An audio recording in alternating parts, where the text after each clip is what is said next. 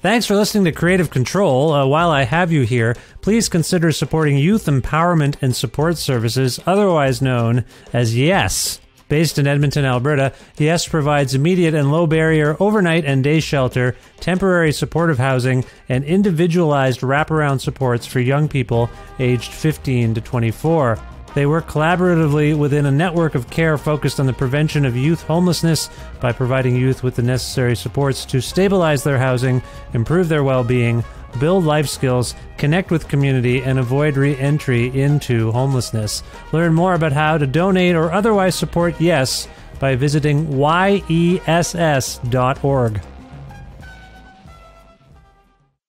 Hey, this is Adam from Toronto, and I support Creative Control because Vish is full stop one of the best arts interviewers in Canada, or anywhere in the world, really. He approaches every episode like he's known the artist for years, creating a conversational atmosphere that gets straight to the heart of the work. No one else in podcasting gets it quite right like he does, with a mixture of meticulous research, wise artistic insights, and well-humored personal connections. I proudly support Vish and Creative Control on Patreon. You should too. To make your flexible monthly donation to Creative Control, please visit patreon.com/creativecontrol today.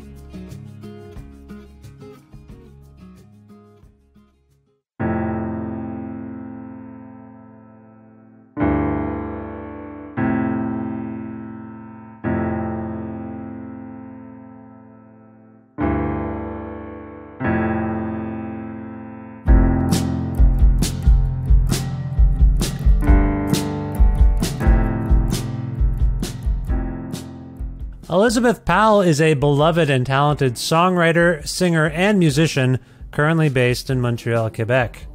Originally from Orillia, Ontario, Powell spent their formative years living in Guelph, Ontario, where they first pursued music and public performance, eventually becoming one of Canada's most powerful and captivating artists, and at one point releasing music under names like Ellie Kay and Belle Epoque. In 2006, Powell emerged as Land of Talk, an acclaimed and influential band that has featured different members, but is always spearheaded by Powell. Over the past 17 years, Land of Talk has released 4 EPs and 5 albums, with the latest record marking a rather significant shift in its electric guitar-charged sound. The album is called Performances. It was released on October 13th, 2023, by Saddle Creek Records worldwide and Nextdoor Records in Canada, and it prompted Liz and I to have a good talk about things like taking care of her parents at home and their culturally rich upbringing, experimenting with their singing voice and trading their guitar in for keys, exploring gender fluidity and reflecting upon abuse and the lack of protection they've had in music communities and within the music industry, voyeurism and objectification, younger artists who look up to Land of Talk, performativity and performances, dress codes, and old sitcoms like Family Ties, the Twin Peaks theme song, and reflecting upon early indie rock influences, future plans for Land of Talk, and much more. A part of the Entertainment One network with the support of listeners just like you who follow and subscribe to this donor-driven podcast and spread the word about it, and make flexible monthly donations at patreon.com/creativecontrol. That is the primary source of revenue for all the work that goes into this podcast. So if you can, please support me and Creative Control on Patreon if possible. Plus in-kind support from Pizza Trocadero, The Bookshelf, and Planet Bean Coffee in Guelph, Ontario, and Granddad's Donuts in Hamilton, Ontario. This is episode 808 of Creative Control, featuring the mighty Elizabeth Powell of Land of Talk, with your host, me, Vish Khanna.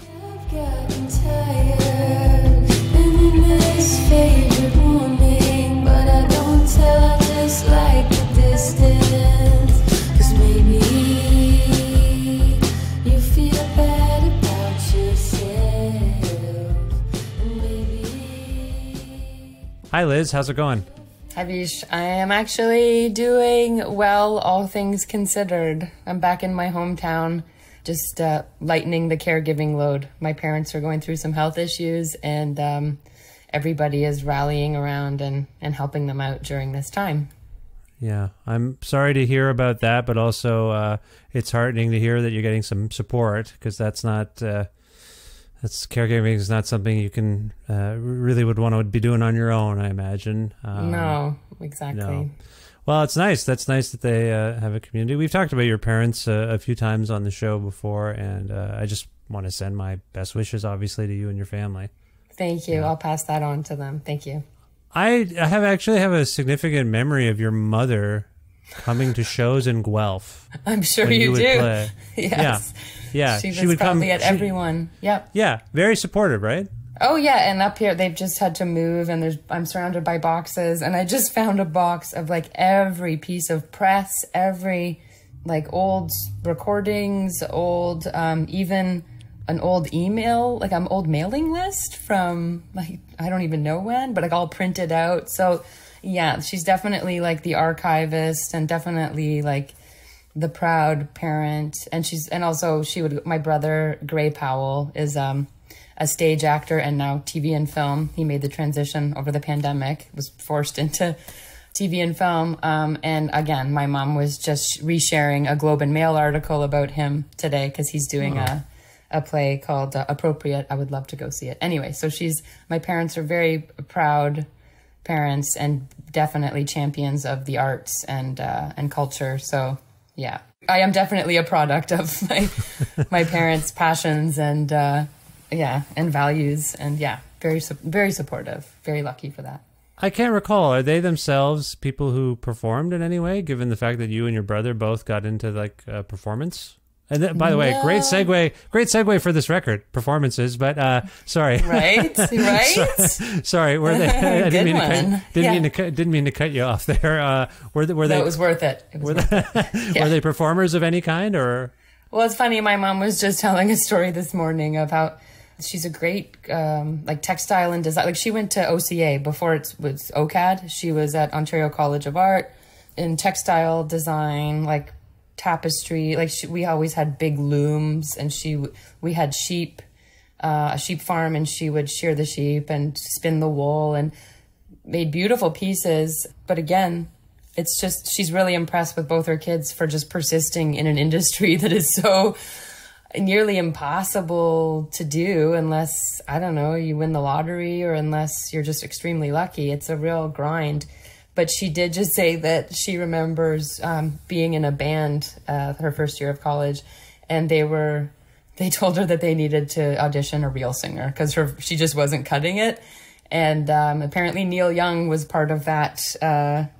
Neil Young made an appearance or tried to sing in the band, or I don't know anyway, something about Neil Young and her not being good enough vocalists for this band. I would like to know who these band members were that didn't think my mom or Neil Young could really didn't cut it vocally. But it's just funny now how it turned out, as we know. Neil Young. They probably it sounds like they probably got a singer who could do the bass, because those are right. Maybe those are. I mean, I don't know your mother's register, but Neil's is pretty high. So they just needed a bassier singer. But yeah, so I think that she always had dreams of being an artist. But again, like reality kind of drop kicks you, and you find yourself just doing whatever you can to survive. But I know we're surrounded by a lot of creative people, and there was always musicians and artists in the house. And so they definitely, and then my parents went on, like my mom was always working at community theaters and she developed like a children's theater program at the Aurelia Opera House. So every month she would have some, Sharon Lois and Bram, or all these kind of kids performers come in, and really started a children's theater program and then we were always in orchestra, and wow, okay, very lucky. Yeah. So it was definitely like, it wasn't an accident that I became a musician. I think it was just it was right there, and it was always very welcome. Yeah. So, well, that's lovely. Again, my best to you and your family, and I hope all is well. I guess it's Segway Day, because we were just talking about bass vocalists and low registers and high registers. Yeah. There's the record, ostensibly after a really lovely instrumental, has this song where you sing really low. I believe, I worry that no, it's Your Beautiful Self. That's the one I'm thinking of, right? Let's just dive right in. I'm curious about that decision. It's really interesting. It's an interesting way to begin a record, to be like, wait, is this Land of Talk? I don't hear guitars as much as I usually do. And now the singing is different than I'm used to. You seem to be in a place where you're reimagining what Land of Talk maybe is. Let's start with your voice on that song, if we may. What compelled you to sing so low, I think, and I guess, sorry, just so I'm not speaking incorrectly, that's an anomaly. Have you ever sang like this before on a Land of Talk? No, I guess I just gave myself permission to sing in a low register because I could, and because I don't know why I would sing high all the time. Like, I guess I just started just realizing how much freedom I actually have with my own music. And this is the thing too, like, I feel like I get a lot of credit for like actually thinking these things through and like knowing why I did things. And I don't always know. It's a lot of like impulse, stream of consciousness stuff. A lot of the time, like just circumstance. And like when I'm grappling with technology and maybe like my lack of patience and my like shortening window of tolerance for just like I think it's probably just a culmination, like all these factors ended up in me singing really low that day. Like, and maybe, I know I was listening to Echo and the Bunnymen, like the Killing Moon. Yeah. And just like listening to that register, and like, I don't really know much about Echo and the Bunnymen, or that song was kind of on a playlist, and it was in my mind, and it was kind of on the tip of my tongue when I started to, and you're starting from nothing. Like the song was the song, like the instrumental stuff. It's the lyrics and the vocals that like come last sometimes. So you're kind of just like, well, it's dizzying. Like the amount of ways you could go in like musically, the amount, and also like what used to inform my vocal choices was like something that I like, just like an unconscious or like just a subconscious set of beliefs, or maybe self-limiting beliefs. Like, who knows? So that's why it's really hard sometimes to articulate. Like, yeah. And also like, I really liked that melody, but I didn't want to, and I wanted to repeat it, but I didn't want to repeat it twice in the same register.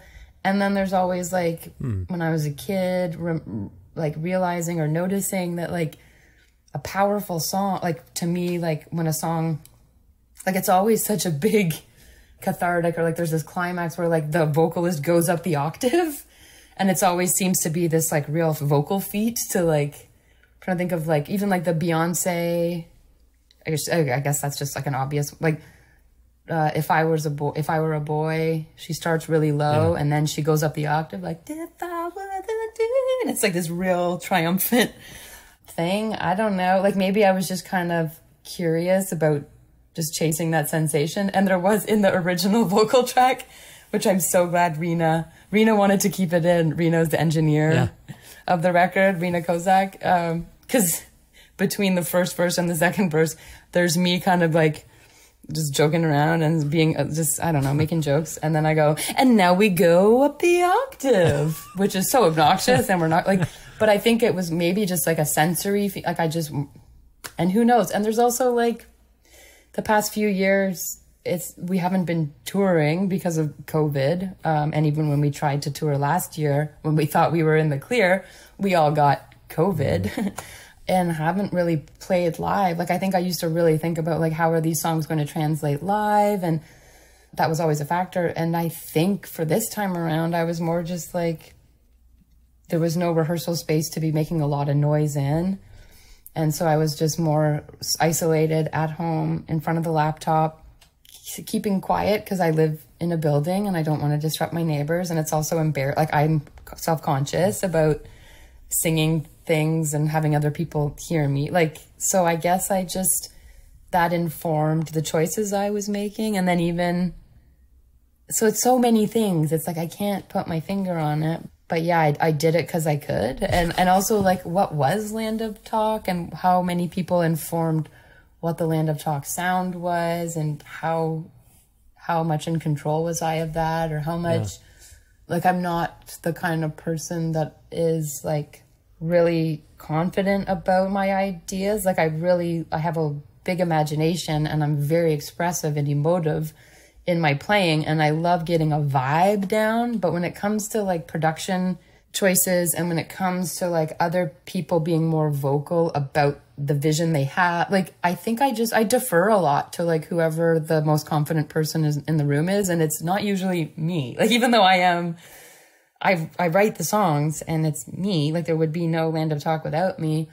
Sometimes like it's just hard it's hard in any kind of project. It's easy to start, but it's really hard to finish for me. Like, I find just getting the motivation and having the wherewithal to like finish a song and to make actual concrete choices. Like, instead of, like, I could just improvise all day long, and I would like to just press record and improvise, and maybe I'll do that one day. But it seems like I struggle with trying to confine my songs to like a pop structure and temporal, like keep it within 3 to 4 minutes, make sure there's a chord. Like, there are all these standards, like songwriting standards, that I think I've just kind of absorbed and I take them for granted. But I guess like maybe I'm kind of going, well, you only live once as far as I know. And so maybe let's just try some new things. And also I got really into my own world and didn't even really consider how other people would respond to the record. Like, I was just like making songs, and I feel like the people who listen to Land of Talk are like so supportive and so loyal, and so like I just trust that whatever I do is going to, it might not be your favorite thing, but you'll accept it, and it'll somehow be respected as just like a creative choice that I made. And yeah, so I guess it's also just a testament to all the people who have been following me as an artist and like Land of Talk as a band for all these years. I was just at the point where I was like, oh, maybe I'm comfortable enough. I can kind of like let some stuff hang out, or I can just kind of try new things and be more experimental and not rely. I just didn't want to play guitar. I don't know why. I just like stopped reaching for my guitar. It stopped bringing me pleasure to like play guitar. And that was kind of sad, but I tried to make the best of it. And also, this is something that I totally forgot to put in the bio, and I forgot that this was also a factor as to why I got really keys-centric. Yeah. It's because one of my dear friends and like an amazing artist, musician, was doing a huge tour, and she texted me and was like, hey, do you want to sing? Would you ever consider playing in my band, or like singing backups and touring with me? And I just lost my mind. I was like, are you kidding me? This is the call I've been waiting for. I would love to be a side player, like just like I would love that. And I would love to support such an incredible artist. And so I said, yes, absolutely. And then as the conversations went, and then as, you know, it gets through management and through other people, like managers start talking, and then a musical director got thrown into the mix. And it was somehow, there was a broken telephone that like I was scheduled to be backup singing and playing keys for this like huge band, which like I don't play keys. I've never played keys in a band. I don't really have any chops. I write on keys sometimes, but just for the chordal, like for voice leading and for anyway. And so I got so excited, and then once we figured out that like I don't have the chops to be playing keys on a world tour for this incredible musician, I lost the gig. And so that really, really made me sad and bummed out. And I thought, maybe I can play like I'm going to, again, maybe it was like a stubborn, maybe it was if I may, what kind of broken telephone occurs where a musician like yourself, who is not known for playing an instrument, is assigned that instrument? Because I don't know. I wish I knew. But I love. It might as well be slide trombone. Just what you're going to be playing slide trombone. What? I don't know how to play slide trombone. What are you talking about? And I should have lied. I should have just done what a lot of I just have a lot of. I'm not an overachiever, and I'm not. But maybe I could have made it work, but I didn't want to disappoint anybody. But yeah, I don't know. Maybe it just speaks to like how much trust and maybe people think I'm this like amazing musician, like a or like a multi-instrumentalist. But but I was so sad. But so that also might have, maybe this says something about me, like in my emotional immaturity, or that I'm reactive. But I thought like, oh, I'm gonna play keys all right. I'm gonna make this whole record. No, like, it's all keys. That is Guelph toughness. That is toughness. That's just a little bit of spite to make you a better person and musician. You don't think I can do that? You know what? I accept your challenge. I'm going to be the best at this. No, I'm really sorry. I'm really sorry that occurred. There's so many things you said that I want to get to. I will say, Liz, and I'm not just saying this to gush, like, I've stopped myself from tweeting and posting this. Every couple of months I get sent a record, and I almost want to always write, I don't know what it is, but everything sounds like Land of Talk to me. And what is that? What? I think, that's and amazing. then when I talk to artists who are younger or whatever, they will cite you. We didn't talk about it when Julia Steiner from Rat Boys was on, and I pick up on some Land of Talk stuff, but I saw in other press that she did. She mentioned Land of Talk. This Julia Jacqueline record from a couple years ago. I'm like, clearly Land of Talk. Charlotte Cornfield. I love Julia. I love Julia. I love Charlotte. I don't know that I haven't talked to all of these people, but even the Fen Lily record that came out this year that I love. Like, I just feel like I stopped myself because I just feel like your influence is unsung to some extent. And again, I have a bias because I know your work, and maybe they've never heard of you. I don't know. But there's just something, when I do get to talk to people, like, of course I love Land of Talk, and it's a big deal. So I want to say that real quick. I want to jump back to a few things that are going on here. I might say I'm a legacy artist. You're just really... That's my legacy. You're really... I don't have children, but I have a legacy of my music. You're really great. Don't let me forget the children thing, because I was listening to your songs here, and there's a couple where you say... And I'm just going to throw this. Sorry, we're going to jump around a little bit today. That's the way you and I. Yeah. That's how Liz and Vish do. Everyone, we're going to jump around. It's true. On "Marry It," you sing I think you're singing "I Hold You Like a Baby" or "I Want to Hold You Like a Baby." Yeah. And then on "Rainbow Protection," you say they should hold you like a baby. Something about I know. There's something going on there, and I want to. I don't know what I know, and it's like feeling like amniotic. Like I talk about amniotic fluid. Like there's a lot of like child like. It's not about, I don't have any desire. Let's just get this straight. I have no desire to have children, and I'm very glad that I do not have children. I love my friends who have children. I love parents who are called to be parents, and they do it so well. And I just like, that's beautiful.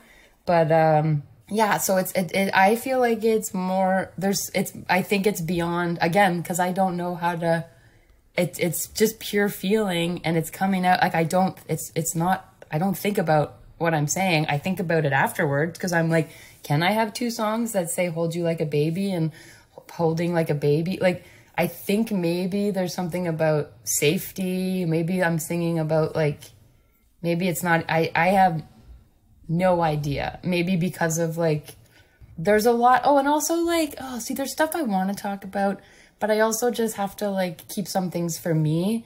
But I really want to talk about this with you, but I don't think now is the time, and maybe we could talk about it off the record. Okay. But let's just touch on like growing up in the Guelph music scene and being a young, like assigned female at birth person and like performing femininity. I mean, as far as I knew, like had I known about that I could have had had I known about non-binary or gender fluidity, or that there was life beyond the binary for kids, like I would have been identifying as non-binary since like day one. But still, like there's, and then kind of coming through like 26, kind of like the Me Too, Me Too was a real bit like it there's a lot of things that happened that I didn't realize were wrong, but there was like being hypersexualized by like a lot of the older men in the Guelph music scene and beyond. Like, we won't talk about it, but like there are some dudes that like I don't that, you know, like I was not protected and I was not safe. And I think that there's a lot of reckoning. Like, I think I'm really kind of going, hey man, like we were all like hardcore straight edge punk rock, like apparently feminists, like our politics all seem to be like, you know, unimpeachable, like tight. But there was still like predatory men, predatory sex pests in the punk rock scene, predatory sex pests in the Toronto music scene. And I was right in, and I didn't know that I could protect, and nobody was protecting me. Yeah. Nobody. And I didn't, so that is huge. And so maybe this whole like hold you like a babe, like I think it might, I don't know. This is just me trying to like, maybe. And then after that, like it got worse. Like I came up in the industry, like a lot of us people, it was like a male dominated industry. And it's still, as we know, people we thought we could trust are now like being exposed, and we're shining a light on like some really just like harmful behaviors that were so normalized. So like there's got to be that. And I mean, also moving back to Montreal and then getting caught in a web of like a very malignant, abusive person who is in the music scene. Like there's a lot that I can't talk about because it puts me like, and I know people listening, I know there are some of you that know exactly what I'm talking about and who I'm talking about and stuff, but I just have to tread lightly because I know, but I think so in my music, maybe I'm like, like, I wish like maybe it's about protection. There's rainbow protection. Like, why did I call the song Rainbow Protection? Yeah. I'm obviously grappling with like, or I'm like childhood stuff and wishing things were different, hoping like making sure things are different for any kid under my watch. Like I am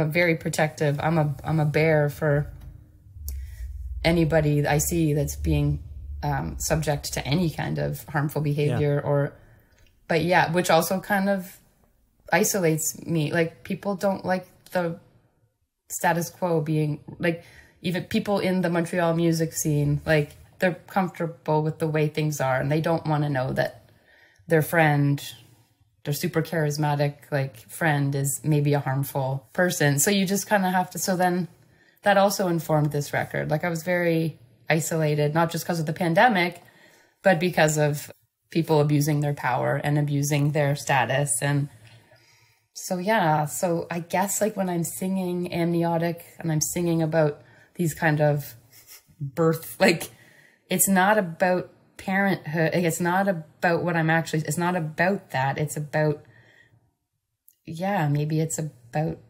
I'm kind of trying to self-soothe, or I'm trying to rewrite something, or it's like a lullaby for me. I don't know, but I don't know. So you might be the baby in these lyrics, or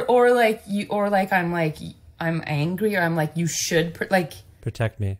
Yeah. They should like that. Like that's not on you. Like you should. There was somebody who should protect. Like it's not your fault, or like you're so innocent, and there should have been something between you and the threat, or you and the predator. Like maybe.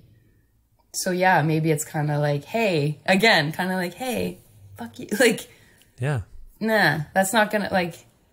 That's not the way it should have been. I'll tell you how it should have been. Right. They should. But then I also thought that was like, that's the only lyric I could sing. Like this is, I think, in, they should hold you like a baby high up on the mountain. I kind of was like, that's kind of Lion King imagery too. Like holding a baby. I did think of the Lion King.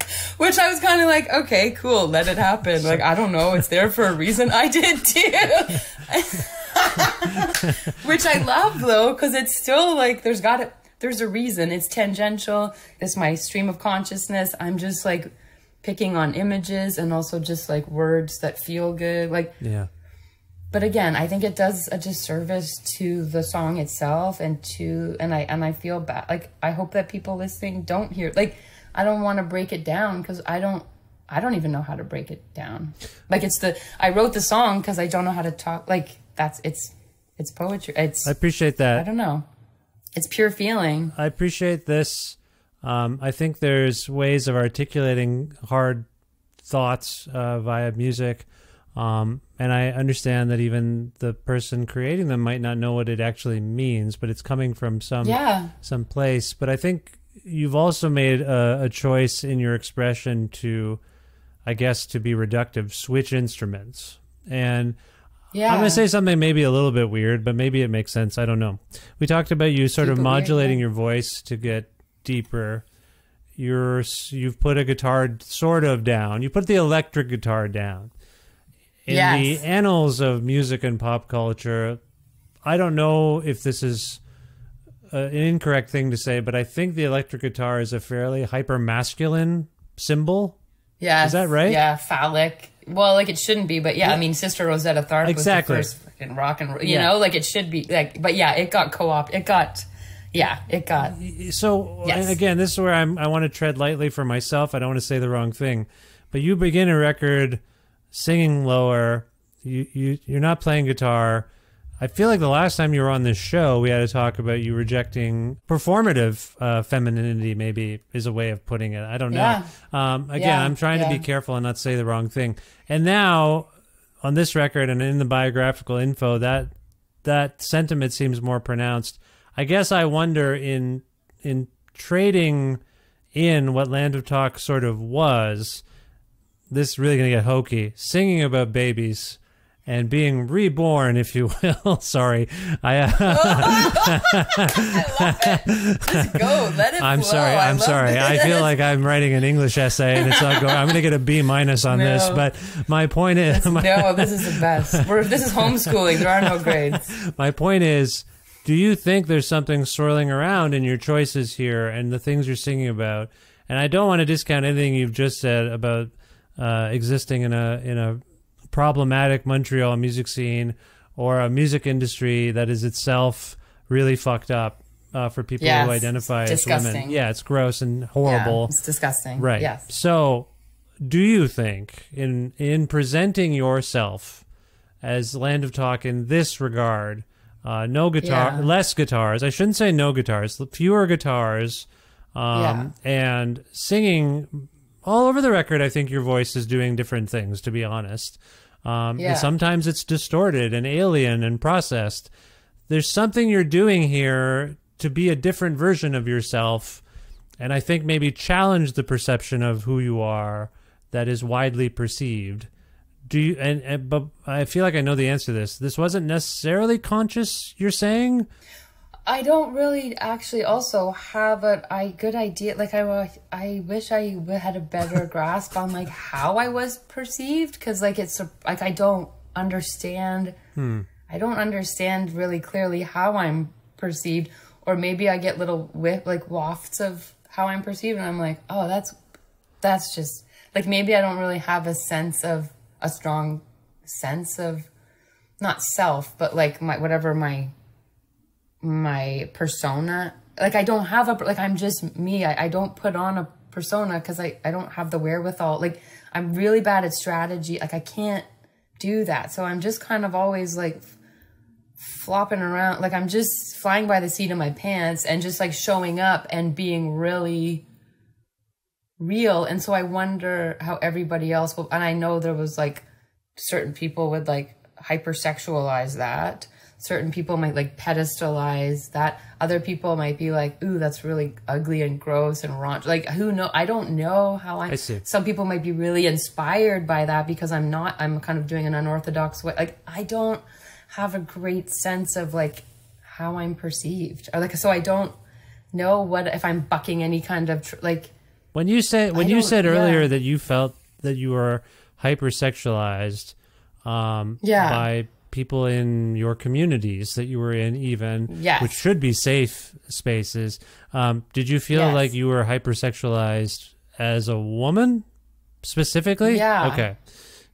No, but also then I feel like I see the way people just hypersexualize like lead, like cis male singer. Like it seems to be like if you're on stage, like rock and roll is kind of like, oh, somehow you're also like signing a contract that's like, yeah, and this is all like sexually based and it's all like to get like it's the like I don't think of sex, and also maybe it speaks to my like I don't sexualize like Fugazi. I don't sexualize. I don't sexualize like Pavement or like Sonic Youth or like I don't do that. Even it's not in my nature or it's I don't find that's helpful. When I'm listening to music, I'm not like this is sexy. Like I'm like I don't know. So maybe it just I might just not know what I got myself into, and I just wanted to play music and express myself. But you're kind of in this realm that's like you're on stage, your body, your physical. I had a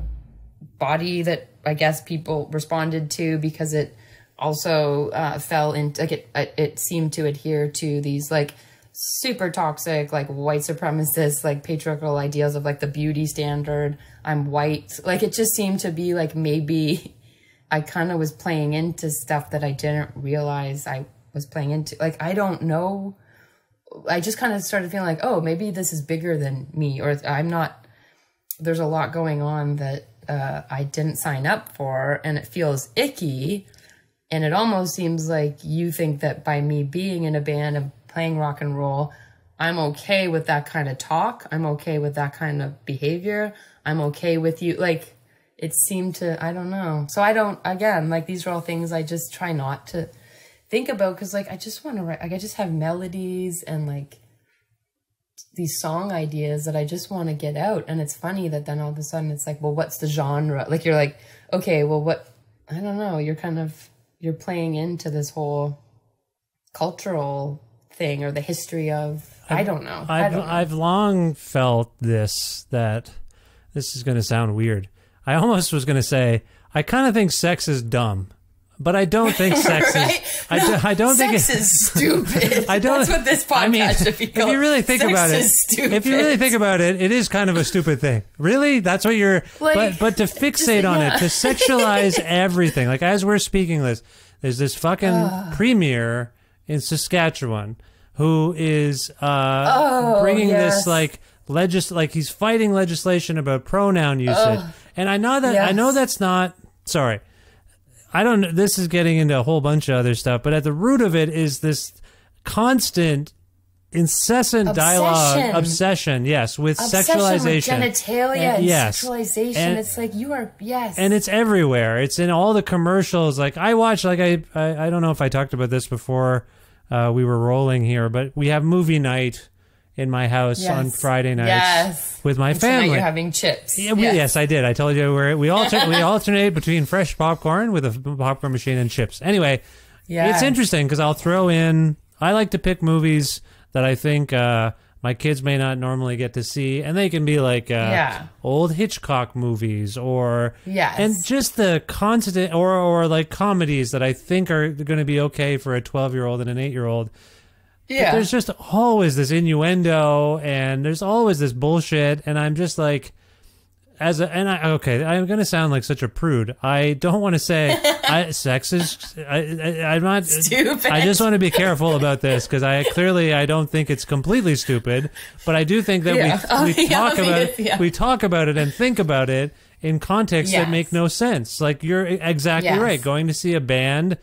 It is a pretty, for any of us who have been on stage, you're exposing you're leaving yourself in a pretty vulnerable physical state of, hey, everyone, the show is starting. Can hundreds of people look at me? And as they're looking at you and listening to you sing, their eyes might wander to your shoes and to your calf muscles and your whatever. And you're like... your butt. Yes, but is that... That shouldn't necessarily mean I'm thinking sexual, dirty thoughts or whatever, you know what I mean? It's just we're human beings and we get objectified. Anyone, I'm sorry, like anyone who goes up on a stage, whether you're being sexually objectified or not, but you're just like, oh, I'm going to stare at this person for an hour. Yeah. And you're being like hyper perceived. Yes, yes. So I don't really have a grand point here. I feel badly for folks like you who have felt that is more than simply the experiential circumstance, that you're being scrutinized That's a horrible feeling. And I've never, I've played in bands and I've toured, and people come up to me and talk to me after, and I'm so naive that I don't think anything of it. I'm like, yeah, thanks. It was a fun show. That was fun. Thank you. Yeah. We got to go. And that's it. And then someone later will be like, that person, they were kind of talking to you a certain way there. And I go, what do you mean? And I'm so stupid. Right. I don't think that way. I just don't think of that. And then, so I just know that I think you and I are probably on the same page with it. It's dumb that this thing that is a natural thing and it's a part of attraction should also be this obstacle to anyone having a nice, normal, meaningful interaction with a group of people or their audience or whatever. Yes. I'm sorry I went on a run there, but do you relate to what I'm saying? I do. And it's also just because, like, even if you didn't realize you were being perceived or, like, in a certain, like, it takes me out of the experience if, like, afterwards then I see people's photos, like, people will take photos and then you see them online and it's like, oh, that's like just like you had to wait to get that shot. Like, that's a specific type of shot that just the way it's like, like just to say that, like, I don't think about how my body's moving or what I look like until it's described in a review, or like it used to be like, so, but now, like, the times are changing. And anyway, I just love that there's a whole new wave of people not revealing their bodies on stage or wearing, like, just like whatever kind of clothes they want. Like, and it's also like, even in my algorithm, like you'll see, like, there's like just certain, like, get ready with me for, like, not being perceived. Like let's wear an outfit where nobody can tell what my body looks like. Like, that's a thing. And like tube outfits, like, where you get ready for the night, but then you wear your joggers and your sweatpants and your sweatshirt, oversized sweatshirt, just to go on the metro, or like to get to where you're from A to B. But like, it's not just me. Like, it's people with bodies who tend to be the bodies that get hypersexualized, and that so it's obviously like people are waking up to, like, wait a minute, and not like we should be responsible for other people's, like, it's not like the person with the body should be the one responsible for how safe they are. They should be safe no matter what you're wearing, and if you're naked. But anyway, so I'm excited. Like, I can't wait to be touring again, and even just be trying out new ways of dressing myself and dressing more comfortably in a way that, like, I feel good about, and that, like, you know what, like, you didn't pay enough to see if kind of like, I can do an OnlyFans and make a lot of money that way because it's like behind a paywall. But if I'm just like playing a show and I'm doing my job, I don't also need to be thinking about, like, how my body looks for you. Like, the music should be enough, and I shouldn't, like, but again, that's like throwback attitudes, like really harmful attitudes that I know are changing, and I'm so happy to see it. So, but I'm excited to get back on tour, and I love all these bands that cite me as, like, influences, and I just would love to get to, like, I kind of want it almost feels like maybe I could have a second chance at, like, experiencing rock and roll, but, like, in a more, in a safer and, like, more free way. Like, I know I'm getting older, but now I'm kind of like, wait a minute, I want to do this again on my terms, and, like, with a safer group of people who actually, like, or, just like, so that actually is exciting. I know I'm dwelling, like, we're talking about, but again, I think that's healthy too. Talk about the way shit was and how it has lasting, like, long-term effects on how. You have to talk about it. You have to. You do. We don't learn. So, we learn from these precedents, right? We learn from. Societally, we learn from our collective mistakes. I hope, and you hope things. You hope things improve. There seem to be. It seems to me, calling a record performances in your state of mind has multiple meanings. It's probably a little punny, because these are performances. But I also, but I think, given what we just talked about in terms of the way people present themselves on the subway, certainly on social media, like, the notion of this is all very performative is something that's really coming to the fore. Was that on your mind when you came up with this title and characterized this album in such a way? Yeah. Oh man. Again, I feel like I might be like rewriting. Like, and again, like the more people that like, I'm so lucky to have people like interpreting it for me, because then I can be like, yes, that is why. But I don't really necessarily know exactly how I got there. It was kind of like a, oh my gosh, I can't name this. Like, what would I call this album? Like, it is like tech. And then I was like, well, break it down. What is it? And I'm like, well, it's just me performing songs. So literally, it's performances. Yes. And so there was kind of like a, okay, that's kind of just a way, almost like classical music is like, oh, well, this is an etude, or this is a, I can't even think of it now, like opus, like there's, or this is a, I can't, of course, I'm like drawing a blank, but you're just describing what the type, like it's an aria, or this is a symphony, like it's, you're not really giving it a name, you're just describing what key it's in and what you can expect from, you know, it's like it's a signifier of some kind. Yeah, you're just describing what. Again, I could have called it songs, or like, oh, this is a record. Like I was kind of just like, I don't know. Don't make me come up with a title too. Like I struggle so much with like, I maybe overthink it, or I don't think it's gonna be. Like I think I've done that with every record. I'm just kind of like, like I'll look somewhere and maybe the way a word looks is just a visually appealing to me, and I think it would look good in print. Like, so, and that also does inform performances. I also, like, I have to write it out and go, okay, that's a beautiful word. Yeah. Like and I love that. And performance, like it's, on peut le traduire, like les performances, performances, it's bilingual. I don't know if that even, again, I don't know if I thought about that, but I must have, like, so yeah, I guess there's that. I mean, and, if we were talking about we were talking about the gender performance, for example, or the the perception that gender is being performed. Even like that's the weird thing is that you can project, but people project stuff onto you, and you don't even realize it, and it's all in this weird realm of, well, you're clearly presenting yourself as this, so you must be this, and the person can be like, no, I'm not. I'm just wearing sweatpants and taking the metro. Like, I don't know what you think. Yeah. So I just feel that's a really loaded. Again, I appreciate at least the two meanings as an artist and a creative person, but I imagine that must be swirling around a little bit, like this notion of what it means in life these days. Yes, totally. And also just with like people learning now, just with even like allistic or neurotypical and neurodivergent and masking and performing social roles, and like, by the time you get home, just this like, like the 4 o'clock burnout. And like, I know children too, like coming home from school and just like being like, okay, I don't have to perform these like social rules. Like, so there's a lot of performing just like across the board as a society, as we live under capitalism, as we live under like, say like white supremacy, patriarchy, like there are a lot of rules there that we kind of just like, I guess, subscribed to that we don't like.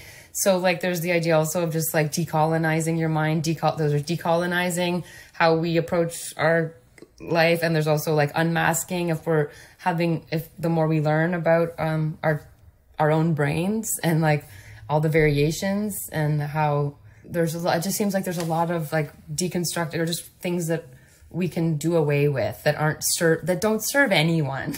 Like they really only cause harm. And so I think there's that too. And like, and even within the family role, like performing, I don't know if you're the youngest child, if you're the eldest child, like if you're the sensitive, like we have these roles that we seem to then, that's just the role that we're assigned, but it doesn't necessarily, it's not necessarily true to who we are. It's just kind of, you get these things, these roles that you end up performing. And then when you actually have the chance or the permission or the time or when you've hit rock bottom or you're struggling and you really have to dig deep and do some healing, and you're just trying to do away with things that aren't serving you, you kind of can go, wait a minute, what's this aspect of my personality? Is this something that rings true to who I am? Or is this something that I didn't subscribe to, and I like unsubscribe. I just like unsubscribe from all these like subscription services that like I don't want that. It costs too much. It's like not true to who I am. Why would I like, so anyway, it's a lot. I guess it's about everything. It's always about everything all at once. I think for those of us who do any kind of labor, who work, I don't know. I wonder if some of what you're talking about and some of the insights you have now are born of this pandemic, because for those of us who work Yes. office jobs, I always found it odd. I've been finding it odd for like 13 years. When I first started, I used to have to commute from Guelph to Toronto. I would take a laptop in the morning all the way to Toronto and plug it in there, and I could have just as easily stayed at home and done it. And then the other part of it, as you were speaking, that I think of, my wife still has to do this a couple times a week. I work remotely now, but like she'll come home with her office outfit on and be like, I got to get out of this thing. And then she'll put on more comfortable clothing. And I think a whole wave of us, because as I'm speaking to you, I'm wearing jogging pants. But when I go get my kids, I'm probably going to put on pants. And You got to put your hard pants. yeah, and I'm going to wear my outside pants. So I'm still performing. I'm still like, I can't. Yeah. I have a weird Larry David, George Costanza thing where I can't wear jogging pants in public. I'm like, I feel like I maybe have given up if I do that. It's just like a social stigma. It's a social stigma. So I'm Yeah. like, I will put on my real pants to go get my children from school. But that's performing. So we're all kind of performing. Yes. And I think we're learning about that more, and people are starting to reject it. Why should I pretend I'm any fancier or more relaxed than I actually am? Yeah. Okay.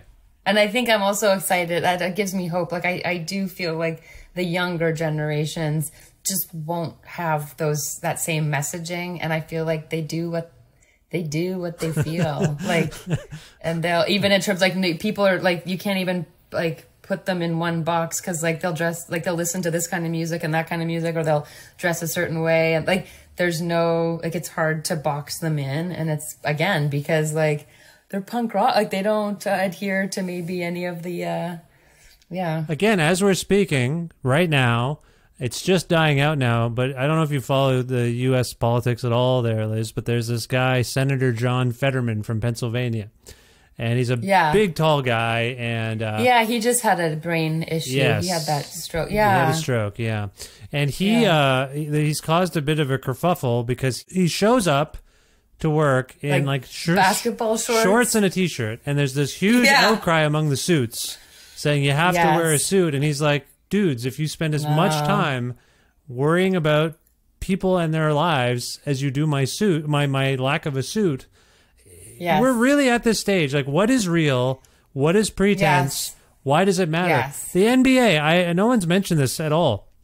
All the coaches used to wear suits. It made no sense. They would all be on the sidelines on the NBA wearing suits. Right, yes. And since the pandemic, they went in the bubble all wearing whatever, team gear. And that, after they went back to the arenas, no one's gone back to a suit. It's all bullshit. Because we don't want to. We don't want to. Yeah, we're just not doing things we don't want to do anymore. Because, like, I don't think it's bad. I love it. I don't think it's bad. I think there's a little bit of nihilism that I worry about, but I also think it's good. And I embrace it. I'm like, okay, good. Yeah. We're all... No, but... There's a thing that my family and I have been absorbed in lately, Liz, and I feel like you might relate to it. A show called Family Ties. You ever seen that? Oh, that's really funny. Yeah, I started rewatching... It's it's on a channel that we have on the TV. Yeah. And so that's why Yeah. That's it's a segue. We could segue into one of the songs called Sitcom. That's the next single, and it's definitely... That's what I was where I was coming from. Okay, See, I'm the king of the segues here. Look at us. Sorry, I just stole the segue. No, I saw that. I was like, hey, I said to Michelle, look at this. You won't believe this. Because what happens is this channel, I don't know, there's a couple of them. They'll play Cheers, which is a horrible show. I didn't realize how horrible it was. Like, very funny. Incredibly, just nothing but sexual harassment and misogyny, the whole, and alcoholism. It's horrible. But I can't help it. I'm like, this is from my youth, so I watch it, and I'm like, oh my God, how can he say that and do that? And then they play a block of Family Ties, and I watch it with my kid. I watched every one of those over and over again in syndication, and now my kids are starting to watch it. They're like, this show is good, and I feel like it holds up. It really does hold up. First of all, before we get to the song Sitcom, do you feel like that show, surprisingly, is actually okay in terms of its dynamic? Well, yeah. I think it's a testament to like how problematic you didn't have to be. Like there were people, like there were voices and writers like that knew what was up and knew how to not be transphobic or homophobic or problematic or misogynist. Like it was possible. Like, in a way, it's kind of like, well, yeah, family. I mean, but also it's a white upper middle class family. So it's like like, again, but yeah, in terms of, and Golden Girls, I thought, like, Golden Girls, so funny. Progressive. It's very so funny. And so funny. So progressive for its time, even just, so those two stand out for me as like, okay, I can rewatch these, and yes, it is comfort viewing, and it also isn't like cringe, for the most part, obviously. Family Ties is interesting to me still now, because I didn't think I'd be revisiting it in my mid-40s, but I know. It's on the TV, so sometimes I just watch it. And for those who don't know the show, progressive, liberal, hippie parents, like literally, they were in the 60s, and that's where they came of age. Yes. And then they have archetypes in terms of how they cast the characters that play so Michael J. Fox, for those who don't know, Michael J. Fox, that was his starring role. And he plays like an arch conservative Republican kid who's like all about business. Classic. The hippie parents, progressive parents actually raise a staunch conservative. Then they've got a really, really smart. For a long time, they end up having another child. But the youngest daughter is very smart, but pretends not to be. And then the middle child is criticized for being kind of sort of a punk. Falling in love with a punk character. Yes. But also not being the brightest, or being cast as not being the brightest. But it's just an interesting, particularly with the left-right stuff, quite an interesting and brave way of exhibiting how dialogue can work on some level, because they all learn a little bit from each other in a way that, I guess it's centrism and it's meant to appeal to everyone, but it is occurring to me as I watch it, like, this doesn't happen anymore. Like, you don't have these kinds of characters really mingling anymore, because people are like, don't even want to bother. We're so divided. Like, it's either the one or the other. Yeah. Anyway, there's no common ground. Yeah. To be, I don't know why I brought this up, except that I feel like, this song. I know the sitcom in particular was a bit inspired by the Family Ties theme song. At least, is that correct? Yeah. Well, just those kind of theme song, like even I want to say the Love Boat, even like Young and the Restless, like this like the piano or keys that are just playing. And again, I don't have yes, I've been brought up in music, and music is my life. But in terms of like music theory, like, whoops, I got really bad. Like, I'm not a conservatory. I was a Suzuki kid, ear trained, and self-taught like guitar. So I don't really know what the chords are, but I know they're kind of jazzy. Like, I know there's like extensions there. I don't know what I'm doing, but I know that the feel for me, or like Hill Street Blues. Oh yeah. Like that. It's just an alternating chord from one to another. I'm sure somebody listening to this right now is like, oh my God, Powell, it's a whatever. Like some sort of seventh or something. And I don't know. Yeah. Like, so, but I just like whatever that vibe is, like whatever.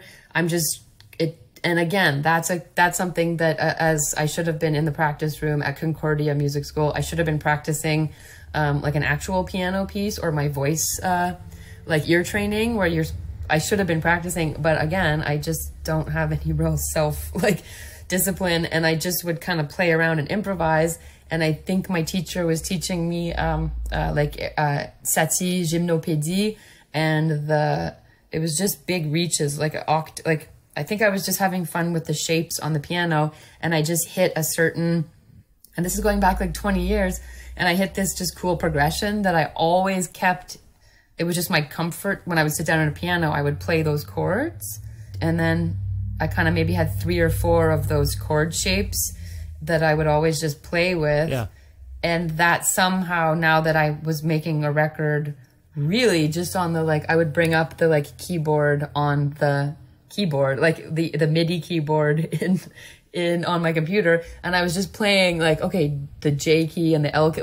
I'm not even playing a real keyboard. I'm just kind of, anyway, so I think I just gravitated to that as a comfort jam, but because it reminded me of all the Hill Street Blues, Family Ties, a lot of these opening theme songs are kind of I've noticed since Game of Thrones, there's definitely a new type of TV theme song that I can't put my finger on, but it's, I can't describe it, but that's not this. Like it's so more this is a cinematic. nostalgic. It went from, I feel like those theme songs were like, this could be on AM or FM radio, to now it's like a big score. It's like a film. Yes. Every TV show like sounds like it feels like it's going to be a movie, is where I'm coming from. Yeah. So, but again, nostalgia. There's probably something here, like just comfort viewing and just a personal challenge of like kind of like, and also like,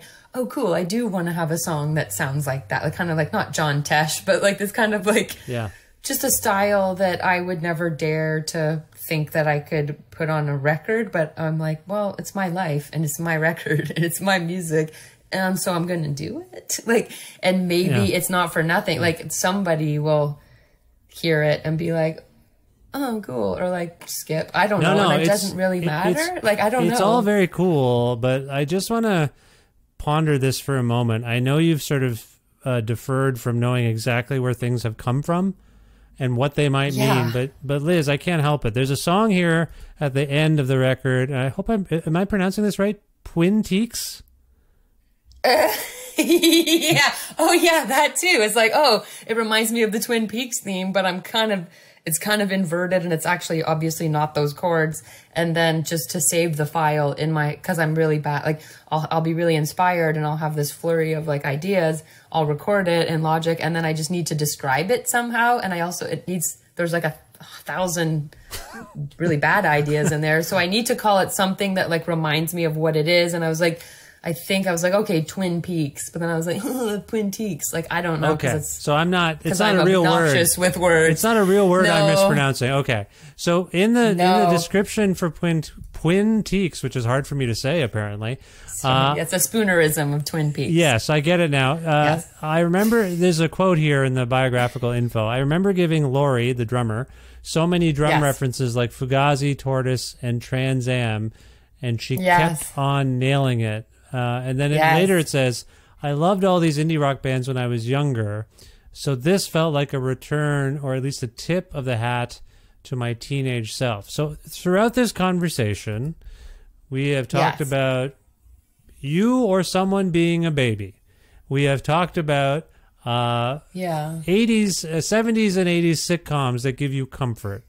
We have talked about you changing and altering your voice and doing something instrumentally that you've never done before. I have no way of nailing this down exactly. If it wasn't for certain aspects of what I just said, I would say this feels like someone who's reflecting upon their past to launch a new version and iteration of themselves. That's really funny that you say that. Yes. So my dad just said the same thing. I was like, Dad, what should I talk about? Like, I was like, Dad, give me some talking points. What do you think? What's going on in my life? And he was like, this is your new life. You're making a new life for yourself. Okay. And this is your new, and I thought like, yeah, Dad. Okay. Thanks. So me and your dad. And I didn't know. Yeah. So me and your dad are picking up on something. Yeah. You're mansplaining my record. Oh no, I'm so sorry. I didn't mean to do that. I love it. I didn't mean to do it. No. I'm joking, but I had to say it. I want to ask you, I'm not, the opposite, I hope, of mansplaining is, no, that would be mansplaining too. Confirm that I'm correct, please. So I feel good about myself and my esteem. Okay. Let's put it this way. Do you feel like maybe that's what's going on for yourself?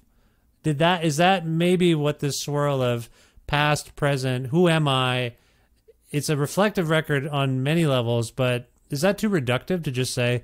Because I mean, I feel like any record someone makes is reflective of something they've gone through. But how could it not? Oh, yeah. This feels like stock taking / memory, like warm feelings, hard feelings, strange feelings. Yeah. Where am I gonna? What does all of this, these building blocks? What does it mean for me now going forward? That's what I think might be occurring if I may psychoanalyze you and your record. Yeah, do for you sure. Because I can't afford a therapist anymore, so please psychoanalyze away. I can't do the $180 a session. No, thank you. I need to pay rent. I'm not saying you didn't like who you were. I'm not getting that. Like to give up your primary instrument seems radical. Yeah. Yeah, which I guess I didn't even. If anything, it speaks to like how I didn't identify with my instrument as much as other people identified that instrument with me. Like, I think that's where I was like, oh, you think of, like, I don't even think of myself as a guitar. Like, I just realized like, oh, right, I'm kind of the last person to, like, I love playing guitar, but like, I never thought I was great at it. I just loved doing it. And then when I stopped, for some reason, loving to do it based on just not having access to a place where I could get loud. Like, when I play electric guitar, it's because I want to hear the overtones and I want that dual over, like, I liked it. Like, I play to my circumstance, and I just, like we do, like, I play to my environment. And maybe, yeah, I think I had to shrink a bit with the like pandemic, and shrinking with the like, oh my gosh, maybe I'm going through some gender journey that I didn't even realize I could go on, but this is awesome. But also there's a lot of like, there's shame, and there's like, people want to know you a certain way. So you kind of feel like, oh, I guess it's the whole, like, here we go. Like the goo, like I was just goo, and not to do the whole like caterpillar to butterfly thing, but like, they're just goo in there. Like, it's not actually like, I kind of got gooey, and maybe I didn't know what I was doing. It's all just survival based, and it was a coping mechanism. Like, but I also feel like what's funny is like, I want to play, like, I love playing rock and roll. Like, I don't even know if I want to play these songs live. Like, they're just kind of like, it's a moment in time that had to be captured. Well, it had to be captured because of album cycles, and because of the industry, and because you have to, like, it was kind of like the reluctant record. Like, it was a very reluctant process to like make these songs, to flesh them out and to make them more than just like journal entries and just like fever dreams. Like, I kind of resented, like I always do, I kind of resent having to make records, because I feel like it like somehow interrupts, like I never want to capture the song and have a start and an ending. Like, again, maybe like I just so maybe this speaks to that. And because I didn't have anybody in the studio other than me, like I had nobody either kind of like building me up, or kind of, I didn't have, in a way, because I had shed all these roles and shed all these maybe people that were telling me who I was, or I stopped thinking about that. I was really like, oh, there's kind of no structure, like it's really gooey in here, and we're just going to go with the flow. And I hope that the people who love the music the most just have it as an artifact. And maybe, like, I think Marry It is the single for me. Like, I just wish the album was just Marry It. And it's so funny when the record label picked all the singles, and I was like, oh my God, that's so funny. To me, that's the vibe. Like, that song, I just wish I could play that song forever, because I could just live in that song. Like, that song is my, like, amniotic fluid. Like, I live in that song for safety, for like, I love it. I love just the way my guitar, like, I love that song. That song is like, it's like the whole record for me is just a vehicle for that song to like be out in the world. But I also then love how like everybody else just developed, all the people from the record labels were like, they developed a relationship on their own terms with the other songs. And that's so cool too. So it's like a lesson in like, just have the courage to like do the thing, make the art, do your best, like to not adulterate it or like censor yourself, like be as free as you can, but also like try and honor the listener. Like I don't want this to be like a record that I don't want it to be unlistened. Like I don't want to scare people away or I don't really actually worry about, like I don't think that, I'm not worried about that happening, because I also know the next record is going to be really special too. Like I'm planning on making records well into my 80s if I'm lucky enough, and this is kind of like, I kind of feel like I earned the right to make a record like this, just like when Neil Young did his like electro, like did he do like an electro record or like one with a bow coat or like oddly enough it's called Trans. Beautiful. So like, and like I just feel like it's kind of a flex that, and it's also like I feel safe within the people who choose to listen to me and who support me, and like I know their names. Like I know from Facebook to live shows to now Instagram, like these same people, like they're lifers, and so I feel like I do it for them. I don't really need like new, like I would love it if people hear the new, somebody who's never heard me listens to this music and goes, oh, I like that. I'll keep, but I don't really, I'm just kind of trying to honor my relationship with myself and my creative process. And I'm also trying to honor my like record label obligations. And I'm also trying to honor like having new music for people to like sink their teeth into. And so, but beyond that, and it's so funny because I'm such a deeply insecure and unsure person, like self-esteem, that could use some work. So like, it's funny though, that I'm really confident about releasing a record that I'm like not confident about. Like, I love that I get to do that because I feel so safe. It's like when you're with your people, like I don't worry about what I look like. I know that they love me for who I am, and that's safety. And I think that's what I would like to highlight. It seems like that headline keeps getting like quashed, or it's not a good enough headline. But for me, it's like, thank you for being here. Thank you for listening. Thank you for always having had listened. And it's just so wonderful to be able to have people that even want to hear this record and that are pre-ordering the vinyl. Like, you're spending your money in a recession, in a world that's like burning, like, and you're spending your money on my records. Are you kidding me? Like, so it's still like, this isn't like it's a record I had to make, and I'll probably never make a record like this again. Like, so in a way, like, yeah, I'm glad it got captured, but it's always a very painful thing for me to make a record because it's so like, like I have to actually follow through with things and make decisions and like, think about what I'm doing instead of just like I mean, maybe the next record will like just be a free flowing improv session, but yeah, I think you can do whatever you want, and I don't think this is a purely abstract or indulgent record. It's still a pop. It's still a really catchy and haunting pop record. So I'm sorry that it was.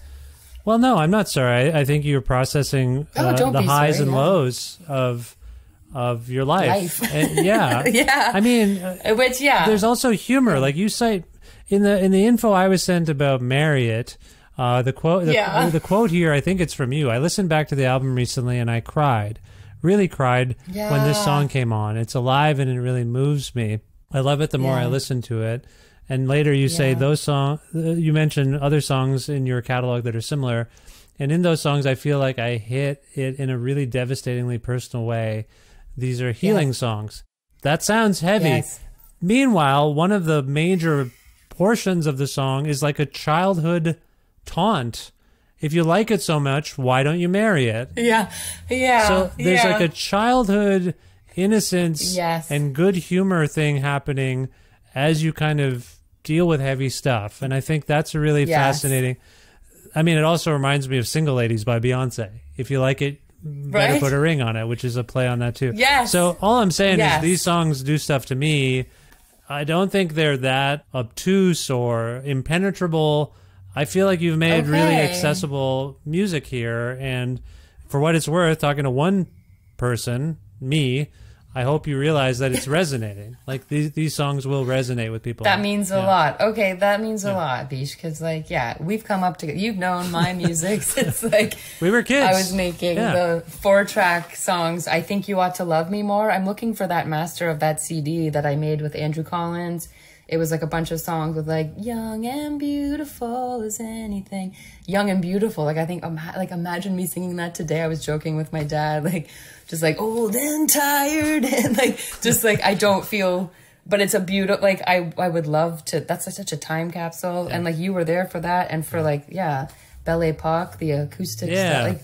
Like, you've seen me through all my iterations, all my life phases. And so that's a really rare and special perspective to have on my music. So thank you for you're welcome. I'm glad we're both still here and around and making things and talking about things. It means a lot that you make time for me every time. So thank you for I always say yes to you. No, thanks for remembering me and all those sorts of things. No, it means a lot. So listen, we've given people a lot of stuff to think about, I hope, and I hope it prompts them. Hopefully not too much. I hope it prompts them to check out this beautiful record. Liz, I think you mentioned that some tour stuff might be in the air. But also this record's coming out. I guess in a catch-all way, if people want to keep up with Land of Talk, updates about tours, where to get the record, is there a specific place or places you would recommend? I seem to be like most active on Instagram, and then that we always have the link that goes to like, you know, the link tree to tour dates and stuff. And as of like, we don't have any tours right now. We were just excited about that potential Depeche Mode, and we still are excited. Depeche Mode. Sorry about the visa issue, but we love you.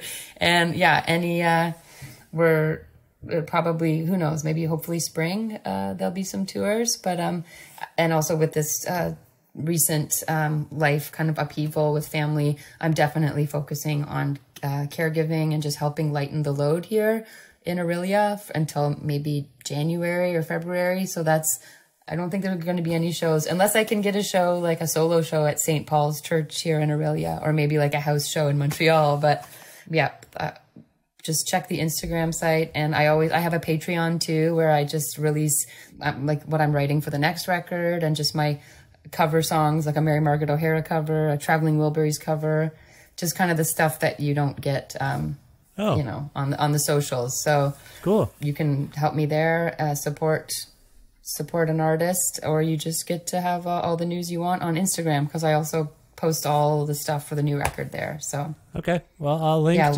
to those things. May I quickly ask which Wilburys song did you cover? Handle with Care. Okay, that's a good one. Yeah, I love that one. That was I have a sense memory. That was the first big single by that band, right? And I was like, I knew all those guys, and I was just like, what the hell is it? It was so great. I know. Like for a kid, I must have been what year was that? 88 or something. So I was only like 10 or 11, and I was just obsessed with that album. Me too. Yeah. And me too. But then I realized we got a lyric wrong. All of my friends, we would sing Last Night, and the lyric was she was there at the bar, she heard my guitar, she was long and tall, and we thought she said she was the queen of the mall, like the queen of the mall, queen of it, so queen of them all, them all. Right. But I keep picturing this like just gorgeous queen of the mall, and there's like Ardennes, and there's Burger King. You can go to the cafeteria anyway. So. Given some of the lyrics, it could have been Queen of the Mall. Like that was a pretty loosey-goosey, you know. Yeah. There's probably a mall mentioned in Tweeter and the Monkey Man. There's all sorts of things mentioned on those songs. So, I love that. I'm actually going back to Ontario in October just to see Bob Dylan at Massey Hall. Oh, really? Yeah, I'm going to go see him. That sounds awesome. Go see him a couple of times. So I love. Beautiful. Mask up. I will. Hopefully he plays. Handle with Care or Tweeter and the Monkey Man. He never does, but you never know. It could happen. No, We'll cosmically make Bob Dylan. You and I right now will just make him. Yes. That'd be a good idea. I should do that. If we can go out on a song from Performances and not either Volume 1 or Volume 3 of the Traveling Wilburys discography, what song would you pick for us to hear, Liz? And also, why did you choose it? Can you... Oh, yeah, wait, sorry. What my auditory processing sometimes. So what did you just say? What are the rules? It can't be from Performances? No, I was saying Wilburys? It can't be a Traveling Wilburys song from Volume 1 or Volume 3. It has to be from Performances was my joke. I'm sorry. Okay. I got a little muddled there. I love it. I apologize. No, it's okay. I'm sorry. No, I didn't do well. Verbal directions are difficult for me. If there's a song from your record that we can go out on, can you choose one for us and tell us why it came to mind?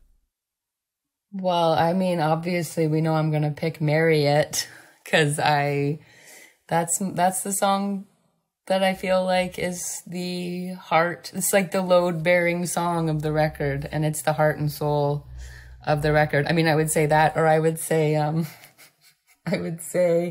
oh, what's the one? I love Fluorescent Blood too. Yeah. So, but I would say Marry It. Okay. Now, for those listening, just listening and not reading the song, it's not the hotel chain, the Marriott. Yeah. It is Marry It. So that's what we're going to play. And we've talked about it, I think, already, so I don't think we have to explain it any further than that. No. From the beautiful new Land of Talk album, Performances, this is a song called Marry It. Liz, always, you know what? I'll just say it. I love you. Thank you so much for being on my show and for making time for me as always. And I wish you the best luck in the future, and I hope we talk soon. Vish, I love you too. So this should be how we greet and say goodbye to each other. All love. I've never had anything but love for you. Thank and you. I hope your family's doing well. Wish them well for me too.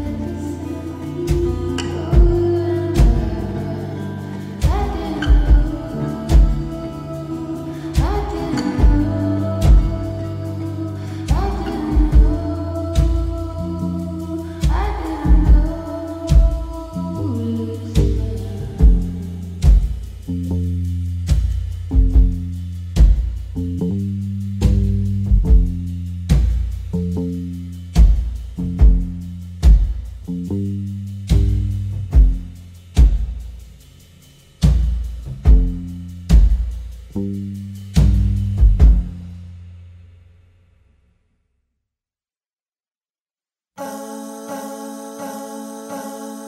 always so nice to talk to Liz Powell.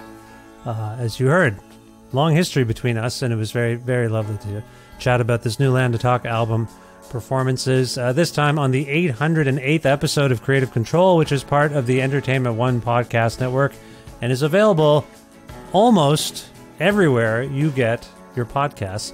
If you can't find an episode that you've heard about or you're looking for it, like maybe some of the previous Land of Talk episodes, there's been a couple, I think, on this show.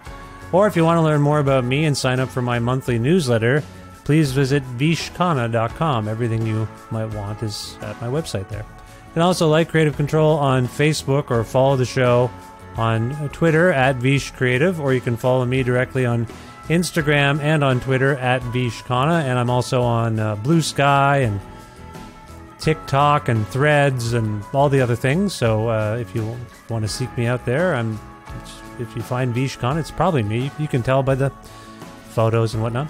Also, please visit patreon.com/Creative Control to make a flexible monthly donation to sustain the work that goes into this podcast. You can see there's different tier amounts. At $6 American or more a month, you get access to exclusive content. You get episodes earlier than everybody else.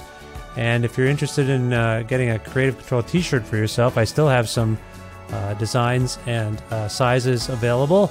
So again, if you can, and like I say, you don't have to do $6 or more a month, but that gets you some of those perks. But any amount that you can afford and feel comfortable with, that would be great. And you can always change it at any time. You can go up, you can go down, you can cancel outright, whatever you choose to do. Again, support Creative Control on Patreon if you can. Thank you.